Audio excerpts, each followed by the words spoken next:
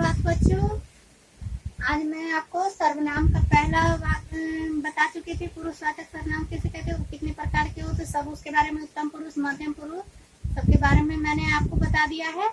आपने समझा भी होगा। आज मैं आपको सर्वनाम के दूसरे भेद यानी कि निश्चयवाचक सर्वनाम। निश्चयवाचक सर्वनाम किसे कहते हैं? तो सर्वनाम के जिस रूप से किसी बात या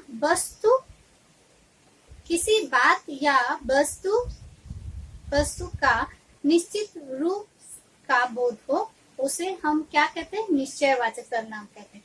जैसे यह, वह, ये, वे इत्यादि, ये सब क्या होते हैं? सर्वनाम, निश्चयवाचक सर्वनाम। जैसे कि यह पुस्तक मेरी है, ये पुस्तकें मेरी हैं, ये मेरी पुस्तकें हैं, वह मेरी कलमें है, वे मेरे कलमें है। ये क्या होता है हमारा? यानी कि एक वचन बहुवचन भी दर्शाए जाते हैं और इसमें दूर के लिए या पास के लिए भी दर्शाया जाता है। ठीक है, पहले हम आपको निश्चयवाचक सर्वनाम के बारे में लिख के बताते हैं।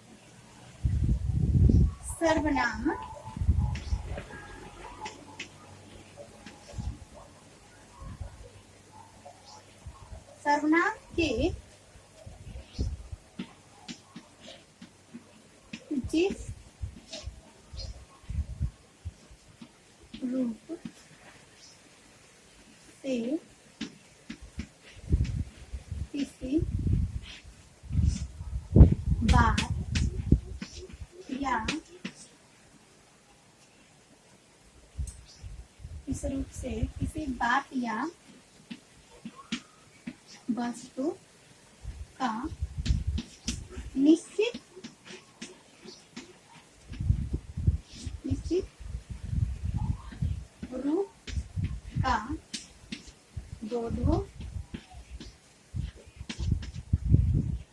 रूप का बोध हो, उसे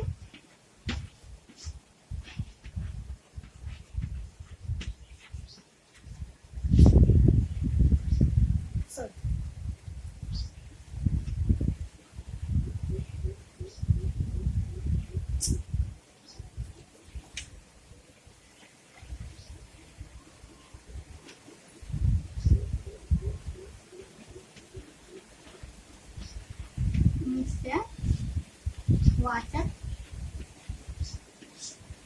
सर्वनाम कहते हैं। सर्वनाम कहते हैं।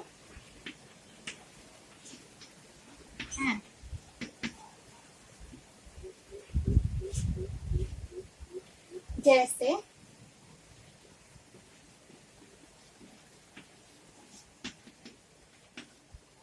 यह,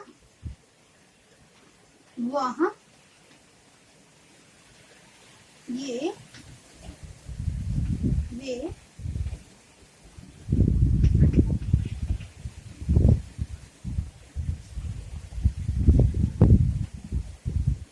निश्चयवाचक सर्वनाम किसे कहते हैं?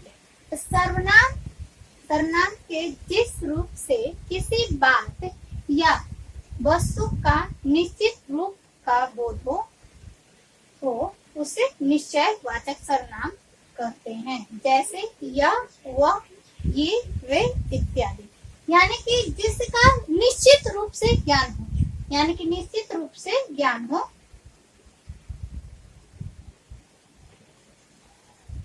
सॉरी, यहाँ पर निश्चित रूप का ज्ञान हो, निश्चित रूप का ज्ञान हो, उसे हम फिर तो पढ़ते हैं। निश्चयवाचक सर्वनाम किसे कहते हैं? सर्वनाम के जिस रूप से किसी बात या वस्तु का निश्चित रूप का ज्ञान हो, उसे निश्चयवाचक सर्वनाम कहते हैं। जैसे यह, वह, ये, वे। यह का मतलब यानी कि वह मेरी, यानी कि पास वाली वस्तु के लिए। अब ये, वह यानी कि दूर वाली वस्तु के लिए प्रयोग किया जाता है। दूर कहने के लिए कि वह पेंसिल मेरी है। अगर यही हम वर्ड बनाते हैं, यह पुस्तक मेरी है, यानी कि पास वाली वस्तु। यह पुस्तक मेरी है। अगर ये हम बनाते हैं ये से, ये सब यानी दूर वाली वस्तु की, वह पुस्तक मेरी है। अगर ये ए से बनाते हैं तो ये पुस्तक दूर के लिए होता है, ये पुस्तक मेरी है और वे पुस्तकें मेरी। ठीक है बच्चों, अब हम आपको इससे वाक्य बना के बताते हैं, उदाहरण सहित बताते हैं।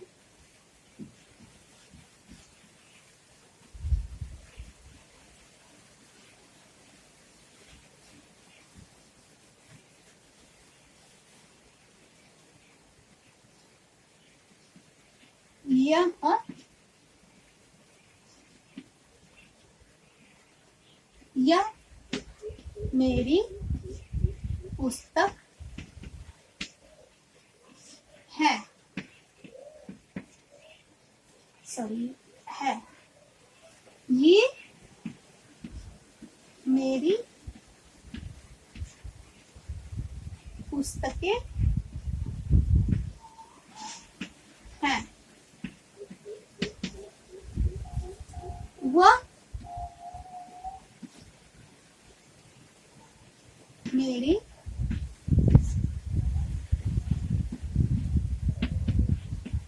पेंसिल है।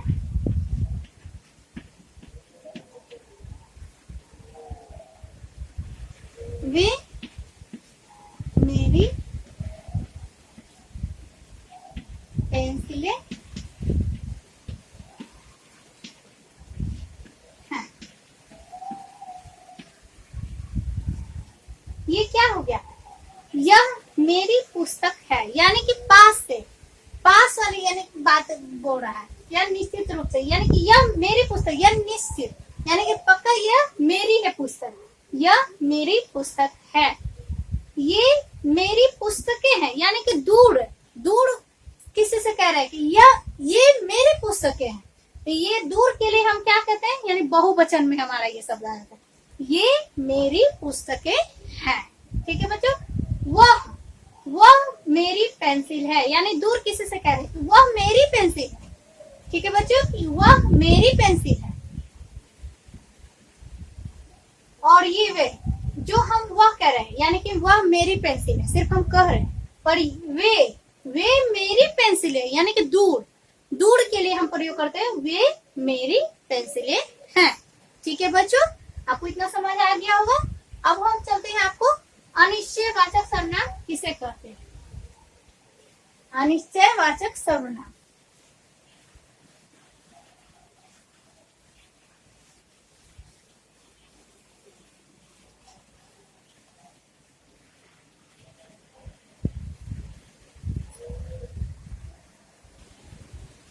अब मैं आपको अनिश्चितवाचक सर्वनाम के बारे में बताने जा रही हूँ। तीसरे अनिश्चयवाचक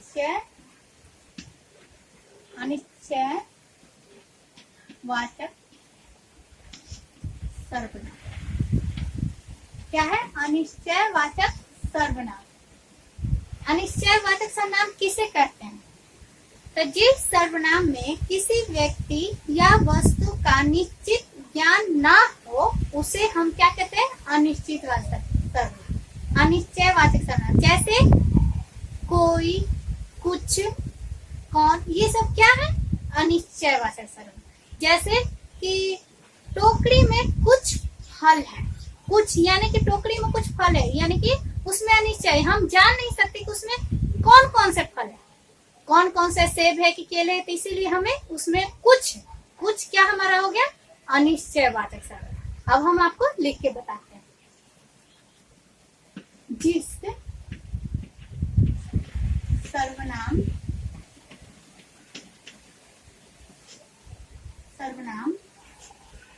में किसी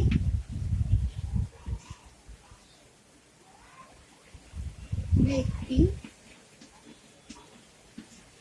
या वस्तु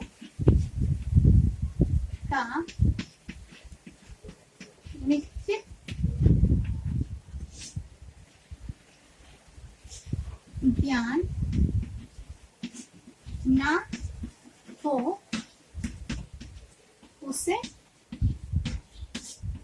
निश्चय सॉरी अनिश्चय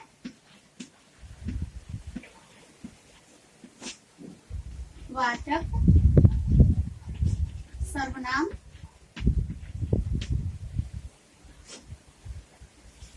कहते हैं।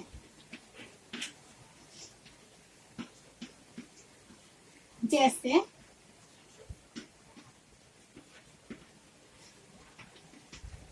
कोई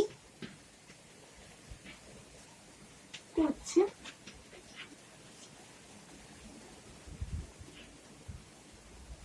इत्यादि।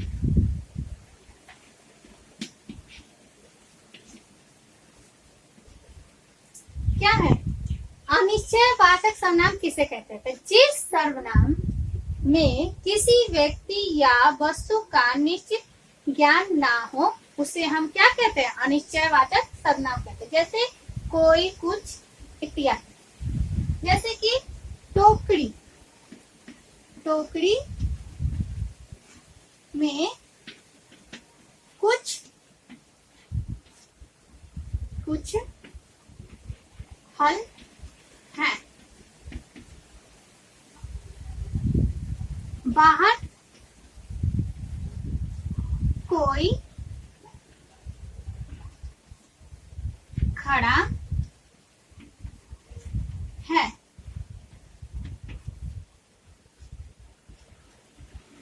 बाहर कोई व्यक्ति खड़ा, सॉरी बाहर कोई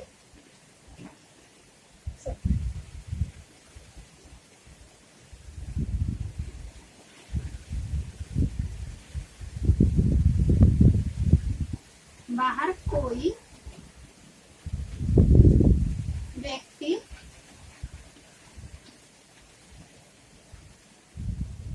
व्यक्ति खड़ा है।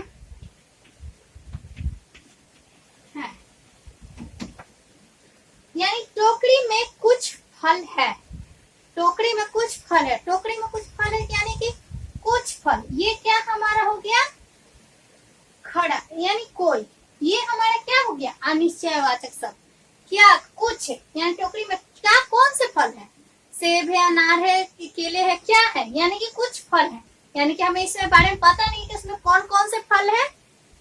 बाहर कोई व्यक्ति खड़ा है यानी कि बाहर कोई व्यक्ति खड़ा है। तो बाहर कौन सा व्यक्ति खड़ा है? रमेश खड़ा है कि सुरेश खड़ा है कि महेश खड़ा, कौन खड़ा है? इसके बारे में हमें पता नहीं। तो इसीलिए हमने लिखा बाहर कोई व्यक्ति खड़ा है जिसका हमें जानकारी नहीं है। क्या?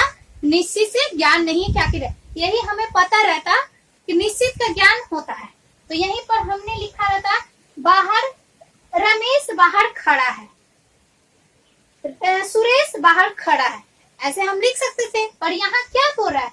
अनिश्चयवाचक जिस सर्वनाम में किसी व्यक्ति या वस्तु का निश्चित ज्ञान न हो उसे अनिश्चयवाचक सर्वनाम कहते हैं। जैसे कोई कुछ इत्यादि। जैसे टोकरी में कुछ फल है यानी कि टोकरी में कौन से फल है हमें पता नहीं, इसीलिए हमने यहाँ लिखे टोकरी में कुछ फल है। यानी कि यहाँ पर कुछ हमारा क्या है? अनिश्चयवाचक सर्वनाम।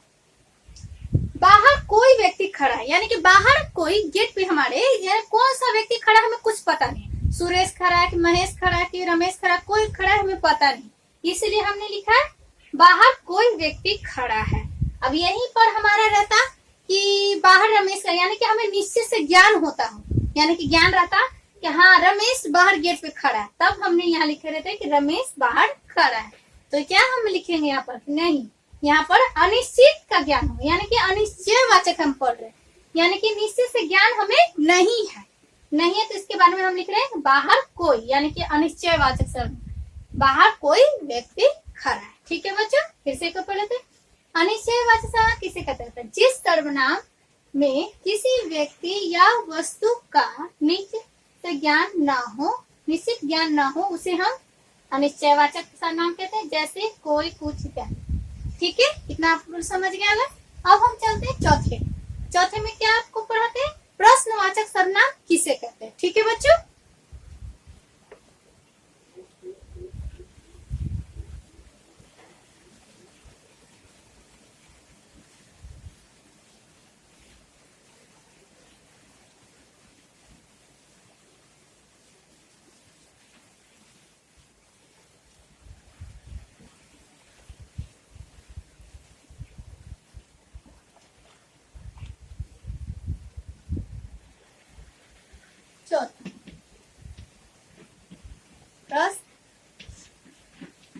वाचक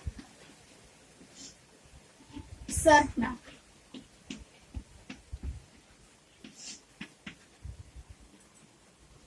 इसमें हम पढ़ रहे हैं प्रश्नवाचक क्या, इसमें तो ये खुद कह रहा है कि प्रश्न, प्रश्न किसे कहते हैं, यानी कि प्रश्नवाचक सर्वनाम किसे कहते हैं।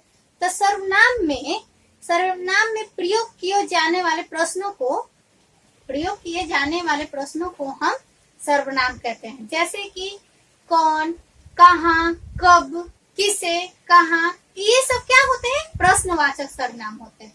ठीक है बच्चों, यानी सर्वनाम में जो भी हम प्रश्न पूछे जाते हैं, यानी कि तुम कहाँ जा रहे हो, यानी कि तुम कहाँ जा रहे हो, इसमें क्या हो रहा है, कहाँ, कहाँ हमारा क्या हो रहा है, प्रश्न, यानी कि किसी से हम प्रश्न कर रहे हैं, तुम कहाँ जा रहे हो, तुम कब घर जाओगे, कब हमारा क्या है, प्रश्नवाचक सर्वनाम। ठीक है बच्चों, अब हम आपको दिखाते हैं प्रश्नवाचक सर्वनाम किसे कहते हैं।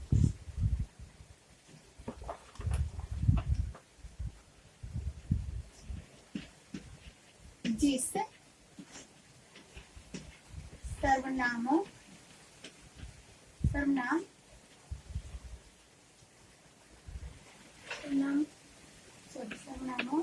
का प्रयोग प्रश्न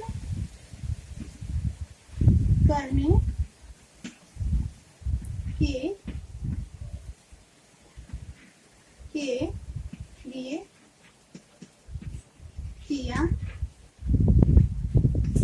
किया जाता है, उसे प्रश्नवाचक सर्वनाम कहते हैं। प्रश्नवाचक सर्वनाम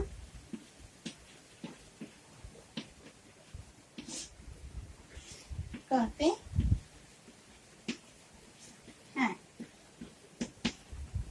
जैसे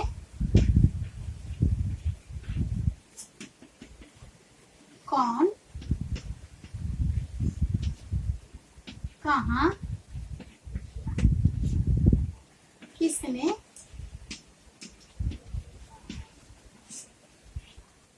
इत्यादि।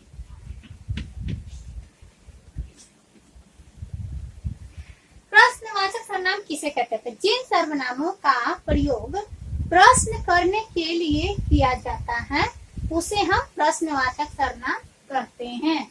जैसे में क्या है, कौन, कहाँ, किसने, किसे, कब, कौन, क्या, ये सब क्या हमारा हो गया, प्रश्नवाचक सर्वनाम। तो इससे हम आपको रिलेटेड एक ऑब्जेक्टिव देते हैं।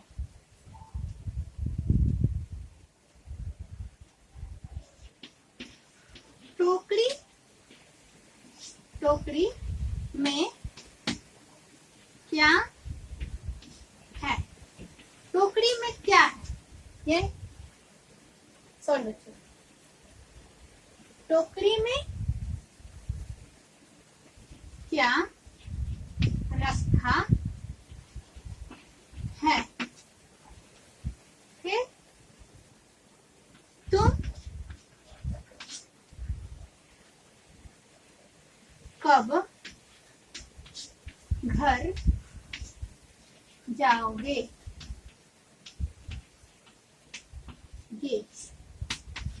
ये हमारा क्या है, कब, ये है क्या, ये हमारा क्या है, प्रश्नवाचक सर्वनाम। क्या हमारा है, प्रश्नवाचक, यानी टोकरी में क्या रखा है, क्या किसी से क्वेश्चन कर रहा है कि टोकरी में क्या रखा होगा, कौन सा फल रखा है, कोई वस्तु रखा है, हमें इसके बारे में जानकारी नहीं है, टोकरी में क्या रखा है। तुम कब घर जाओगे, यानी किसी बच्चे से पूछ रहा है, यानी कोई व्यक्ति से पूछ रहा है तुम कब घर जाओगे, यानी कि खुद में ये प्रश्न पूछ रहा है कि यानी तुम कब घर जाओगे, यानी कि यहाँ हमारा कब और क्या क्या है, प्रश्नवाचक सर्वनाम है। ठीक है, फिर से पढ़ लेते, प्रश्नवाचक सर्वनाम किसे कहते हैं, जिस सर्वनाम का प्रयोग प्रश्न करने के लिए किया जाता है उसे हम प्रश्नवाचक सर्वनाम कहते हैं। जैसे कौन, कहाँ, किसने, इत्यादि। से टोकरी में क्या रखा, यानी कि टोकरी में, यानी क्या हमारा प्रश्नवाचक हो गया, तुम कब घर जाओगे, यानी कब हमारा क्या हो गया, प्रश्नवाचक सर्वनाम। ठीक है बच्चों, अब हम चलते हैं आपका 5वां वेद। यानी कि संबंधवाचक सर्वनाम।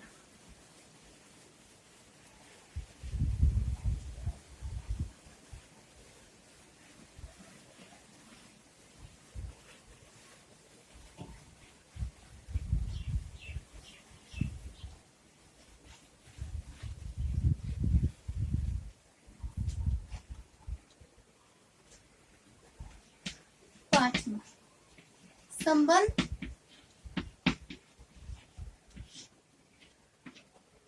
वाचक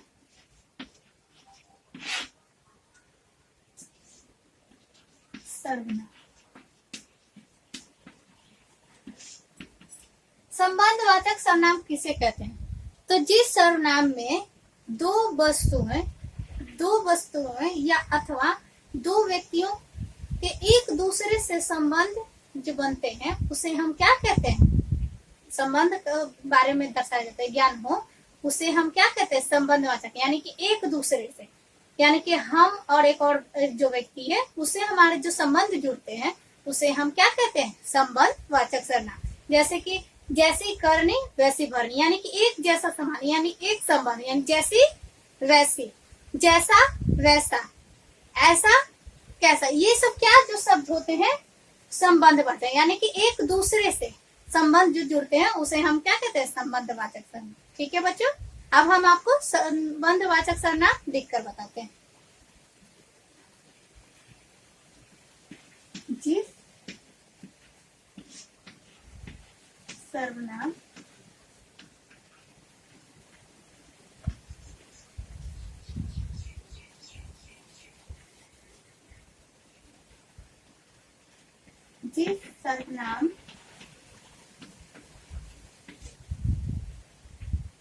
सर्वनाम में दो वस्तुओं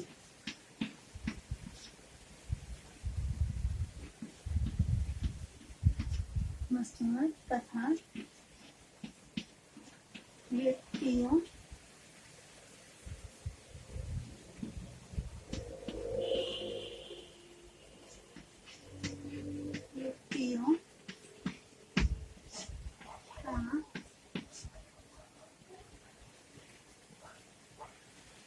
एक दूसरे से संबंध का ज्ञान हो उसे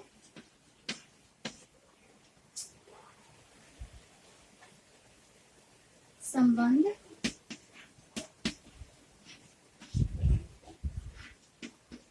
वाचक सर्वनाम कहते हैं।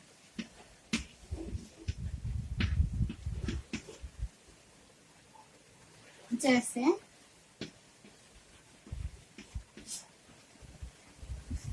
जैसे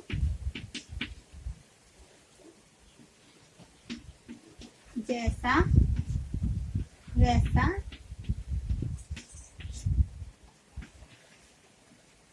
जो सो इत्यादि।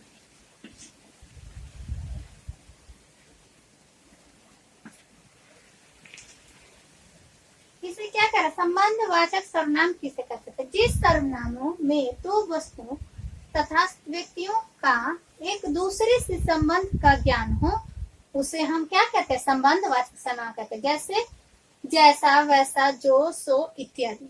यानी कि एक दूसरे से संबंध को जोड़ता हो, यानी कि एक दूसरे के संबंध के बारे में ज्ञान हो, उसे हम क्या कहते हैं? संबंधवाचक सर्वनाम कहते हैं। जैसे जैसी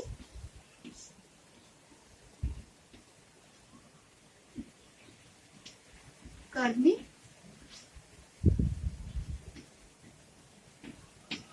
वैसी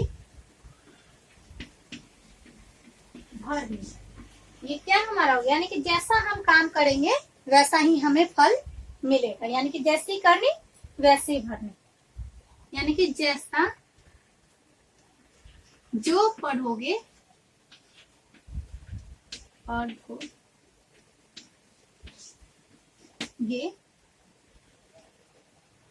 पढ़ोगे वो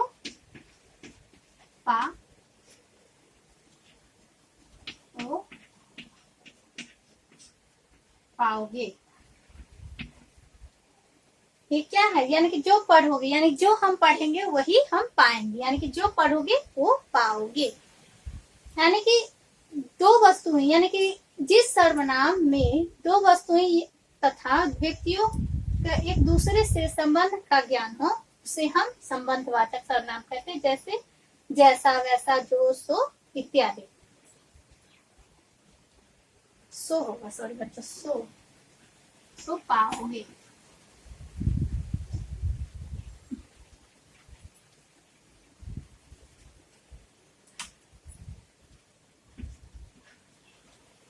सो पाओगे, यानी कि जैसे कनियन जैसा हम करेंगे तो वैसा ही हम पढ़ेंगे, जो पढ़ेंगे वही पाएंगे, यानी कि जो आप पढ़ोगे वही ना आपको शिक्षा, यानी कि शिक्षा आप अच्छे से याद करोगे, यानी कि जो पढ़ोगे वही ना आपका रिजल्ट दिखाएगा, इसीलिए जो पढ़ोगे सो पाओगे। ठीक है बच्चों, अब हम चलते हैं निजवाचक सर्वनाम किससे कहते हैं।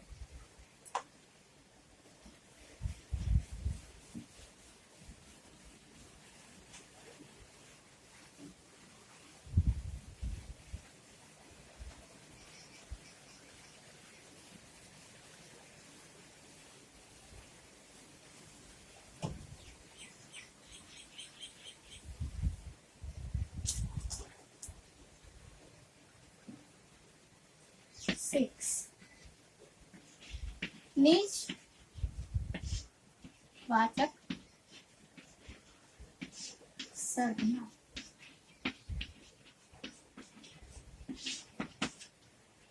निजवाचक सर्वनाम किसे कहते हैं, जिस सर्वनाम में स्वयं तथा अपनेपन का ज्ञान हो उसे हम निजवाचक सर्वनाम कहते हैं। जैसे कि अपने, आप, खुद, ये सब क्या होता है, निजवाचक सर्वनाम होते हैं। जैसे कि मैं अपने घर की सफाई खुद कर रही हूँ, मैं अपने घर में अपने आप से खाना पका रही हूँ, ये सब क्या होता है, यानी कि निजवाचक, यानी स्वयं अपनेपन का ज्ञान हो उसे हम क्या कहते हैं, निजवाचक सर्वनाम कहते हैं। जैसे मैं, अपने, आप, खुद इत्यादि। ठीक है बच्चों, अब हम निजवाचक का लिख के आपको बताते हैं। जिस सर्वनाम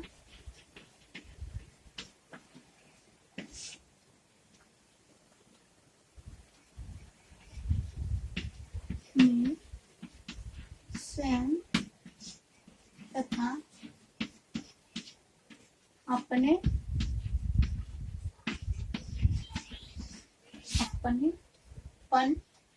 का ज्ञान और उसे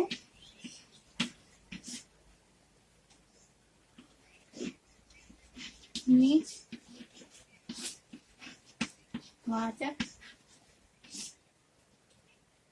सर्वनाम कहते हैं।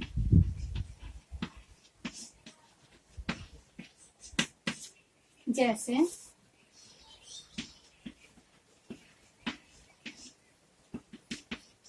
अपने, आप, खुद इत्यादि।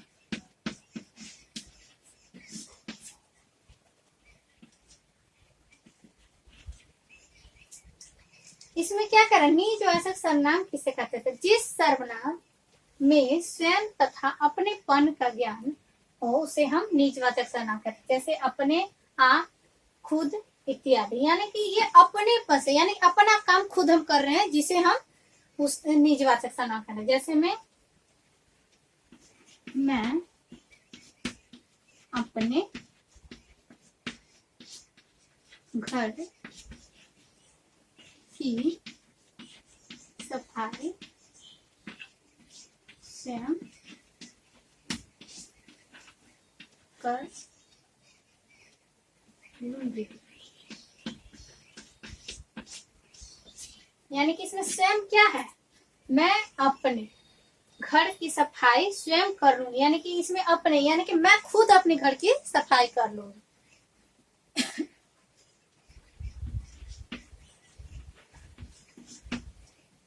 मैं खुद ही घर चली जाऊंगी। इसमें भी क्या हो रहा है, मैं खुद ही घर चली जाऊंगी। इसमें क्या हो रहा है, खुद, यानी कि खुद यानी अपनेपन का, यानी कि मैं अपने आप ही घर चली जाऊंगी। इसमें क्या हो रहा है, खुद। इसमें क्या हो रहा है, अपने, यानी कि स्वयं और अपने क्या हो रहा है, यानी कि खुद अपनी बात को दर्शा रहा है। यानी कि निजवाचक सर्वनाम, जिस सर्वनाम में स्वयं तथा अपनेपन का ज्ञान हो उसे निजवाचक सर्वनाम कहते हैं। जैसे अपने, आप, खुद इत्यादि। यानी कि मैं अपने घर की सफाई कर रही हूँ, कर लूंगी, मैं खुद ही घर चली जाऊंगी। ये हमारा निजवाचक। मैंने आपको सर्वनाम के 6 भेदों के बारे में आपको बता दिया। आप लोग अच्छे से फेयर कॉपी पे देख के लिखिएगा और याद कीजिएगा। ठीक है बच्चों।